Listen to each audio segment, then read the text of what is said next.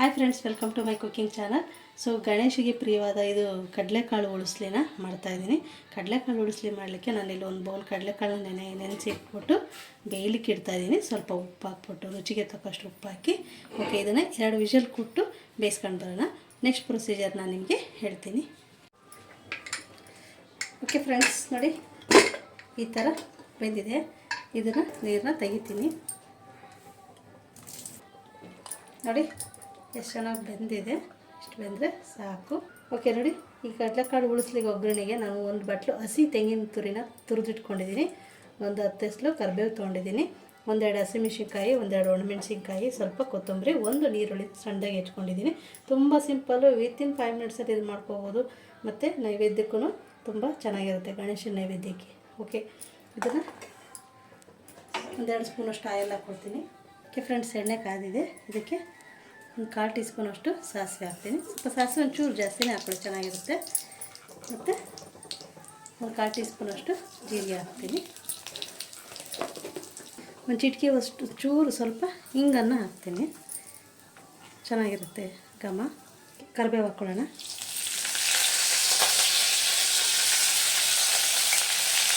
ಮೆಣಸಿನಕಾಯಿ, ಕರಿಬೇವು, ಒಣಮೆಣಸು ಎಲ್ಲ ಹಾಕ್ಕೊಂಡಿದ್ದೀನಿ. ಈರುಳ್ಳಿ,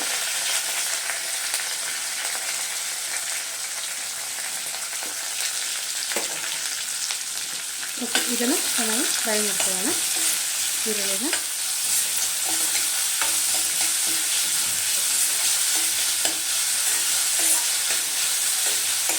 ಸ್ವಲ್ಪ ಆಲ್ರೆಡಿ ಇದಕ್ಕೆ ಬೇಯಿಸುವಾಗ ಸಾಲ್ಟ್ ಹಾಕಿದ್ದೆ.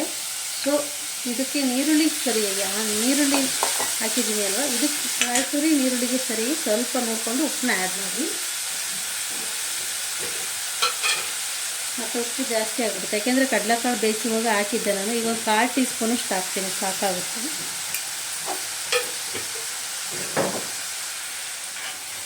ಇದನ್ನು ಚೆನ್ನಾಗಿ ನೀರುಳ್ಳಿನ ಫ್ರೈ ಮಾಡ್ಕೊಳ್ಳೋಣ.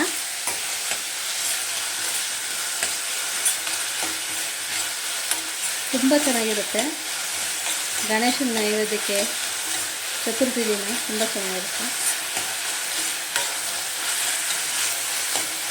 ಸ್ವಲ್ಪ ಸಾಲ್ಟ್ ಹಾಕಿ ಸ್ವಲ್ಪ ಬೇಯಕ್ಕೆ ಬಿಡೋಣ ಇದನ್ನು.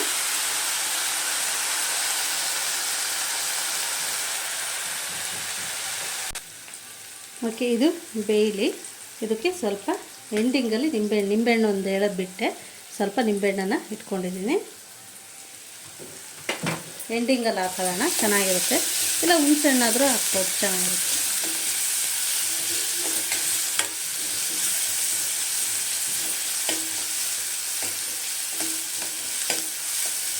ಓಕೆ ಫ್ರೆಂಡ್ಸ್, ಇದು ಬೆಂದಿದೆ.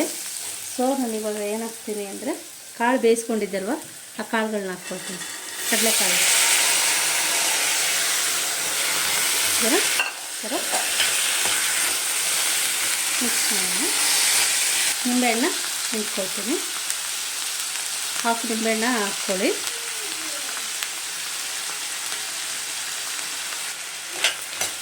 ನೋಡಿ ಎಷ್ಟು ಚೆನ್ನಾಗಾಯಿತು.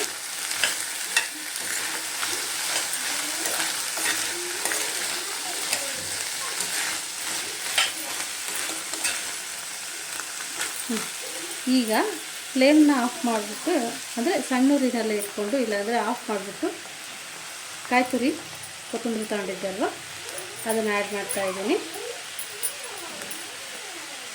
ಆ ಬಿಸಿಗೇ ಇದಾಗುತ್ತೆ, ಕಾಯಿ ಹಾಕ್ಬಿಟ್ಟು ಇದನ್ನೇನು ಮಾಡೋಕ್ಕೆ ಹೋಗಬೇಡಿ. ಬೇಕು ಅಂದರೆ ಸ್ವಲ್ಪ ಅರಿಶಿನ ಆ್ಯಡ್ ಮಾಡ್ಕೊಳ್ಳಿ, ಸ್ವಲ್ಪ ಒಂದು ಚಿಟಿಕೆಯಷ್ಟು, ಚೆನ್ನಾಗಿ ಕಾಣುತ್ತೆ. ಓಕೆ, ಈಗ ಚೆನ್ನಾಗಿ ಮಿಕ್ಸ್ ಮಾಡಿಬಿಟ್ಟು ಒಂದು 10 ಸೆಕೆಂಡು ಹಾಗೆ ಮುಚ್ಚಿಬಿಟ್ಬಿಡ್ವಿ. ನೋಡಿ ರೆಡಿ ಆಯಿತು. ಎಷ್ಟು ಚೆನ್ನಾಗಿ ಕಡಲೆಕಾಳು ಉಳಿಸ್ಲಿ ಮಾಡೋದು ತುಂಬಾ ಈಸಿ. ಒಂದು 3 ಅವರ್ ನೆನೆ ಇಟ್ಬಿಡಿ, ನೆನ್ಕೊಂಡ್ಬಿಡುತ್ತೆ ಚೆನ್ನಾಗಿ.